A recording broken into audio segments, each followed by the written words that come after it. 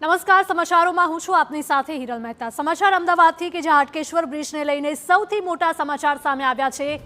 અહીંયા વિવાદાસ્પદ બ્રિજ નજીક ડામર ઉખડીને થાંભલા તોડવાની કામગીરી થઈ રહી છે।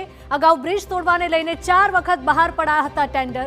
ગણેશ કન્સ્ટ્રક્શન દ્વારા 3.90 કરોડના ખર્ચે બ્રિજને તોડી પાડવામાં આવશે। બ્રિજનો તમામ કાટમાળ અને મટીરીયલ કોન્ટ્રાક્ટર લઈ જશે। હાટકેશ્વર બ્રિજમાં વપરાયું હતું 3000 ટન લોખંડ। અજય ઇન્ફ્રાસ્ટ્રક્ચર દ્વારા ₹40 કરોડના ખર્ચે તૈયાર કરાયો હતો આ બ્રિજ। વર્ષ 2017માં શરૂ કરાયેલો બ્રિજ વર્ષ 2022માં કરવામાં આવ્યો હતો બંધ। આ બ્રિજ તોડવા અને બનાવવા અગાઉ 118 કરોડના ખર્ચની કરાઈ હતી જાહેરાત।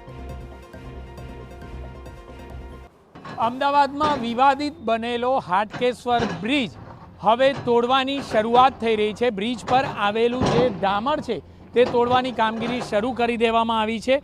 મહત્વની બાબત એ છે કે જે આ બ્રિજ છે તે તોડવા માટે 3 કરોડ ને 90 લાખ રૂપિયાના ખર્ચે ગણેશ કન્સ્ટ્રક્શનને કામગીરી સોંપવામાં આવી છે। 3000 ટન જેટલું લોખંડ એટલે કે મેટલ આ બ્રિજને બનાવવા માટે વાપરવામાં આવ્યું હતું। જે તમામ મેટલ સહિતનો કાટમાળ આ કોન્ટ્રાક્ટર લઈ જશે।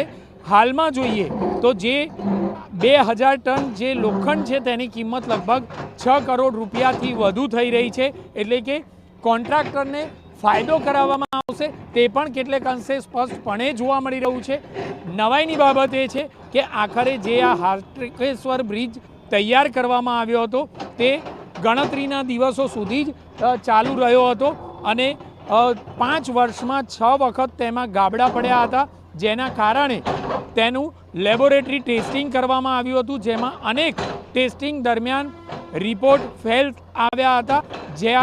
જે રિપોર્ટ બાદ આખરે આ બ્રિજને તોડી પાડવાનો નિર્ણય અમદાવાદ મ્યુનિસિપલ કોર્પોરેશન દ્વારા કરવામાં આવ્યો હતો। મહત્વની બાબત એ છે કે અજય ઇન્ફ્રા દ્વારા 40 કરોડના ખર્ચે આ બ્રિજ તૈયાર કરવામાં આવ્યો હતો, જે હવે ધીમે ધીમે તોડવાની કામગીરીની શરૂઆત થઈ હોય તે પ્રકારનું હાલના તબક્કે લાગી રહ્યું છે। કેમેરામેન હિરેન જોશી સાથે જિગ્નેશ પટેલ, TV9 અમદાવાદ।